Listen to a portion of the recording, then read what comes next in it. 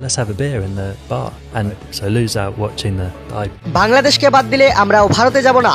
Australia পাকিস্তানের পর এবার বিশ্বকাপ বয়কটের ডাক দিল ইংল্যান্ডের টি-20 অধিনায়ক জস বাটলার। ক্রিকেট বিশ্বে এ যেন এক নজিরবিহীন অস্থিরতা।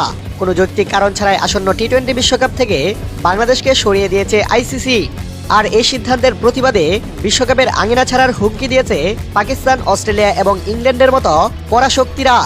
ভারতের প্রভাব বলে আইসিসির এমন একপাক্ষিক সিদ্ধান্তের বিরুদ্ধে ফুঁসে উঠেছে ক্রিকেট বিশ্ব।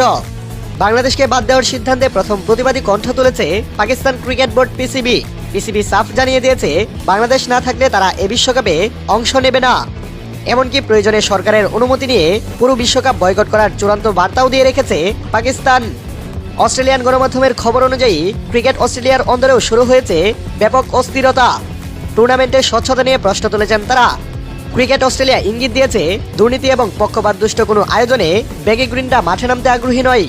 সবচেয়ে বড় ধাক্কাটি এসেছে ক্রিকেটের জনক ইংল্যান্ডের কাছ থেকে। ইংলিশ অধিনায়ক জস বাটলার সরাসরি হুমকি দিয়ে বলেছেন, আইসিসি যদি ভারতের স্পষ্ট পক্ষ নিয়ে এবং নোংরা পরিবেশ তৈরি করে তবে ইংল্যান্ড দল এই বিশ্বকাপে খেলবে না।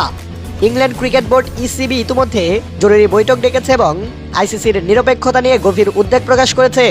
ক্রীড়া বিশ্লেষকদের মতে ক্ষমতার দাপট দেখিয়ে বাংলাদেশকে সরিয়ে দেওয়াটা ছিল আইসিসির সবচেয়ে বড় ভুল। কোনো ধরনের কারণ ছাড়াই একটি পূর্ণ সদস্য দেশকে টুর্নামেন্ট থেকে বাদ দেওয়া আন্তর্জাতিক ক্রিকেটের আইন ও নীতিমালার পরিপন্থী। আইসিসি যদি নিরপেক্ষ বিচার করত তবে বাংলাদেশের অংশগ্রহণ নিয়ে কোনো প্রশ্নই উঠত না, কারণ টাইগারদের পক্ষ থেকে কোনো ভুল ছিল না। তবে এখন দেখার বিষয় এ ব্যাপক প্রতিবাদের মুখে আইসিসি তাদের সিদ্ধান্ত থেকে সরে আসে কিনা। যদি বড় দলগুলো সত্যি বিশ্বকাপ বয়কটের ডাক দেয় তবে ক্রিকেট ইতিহাসের সবচেয়ে বড় সংকটের মুখে পড়বে বিশ্ব ক্রিকেটের নিয়ন্ত্রক সংস্থা আইসিসি।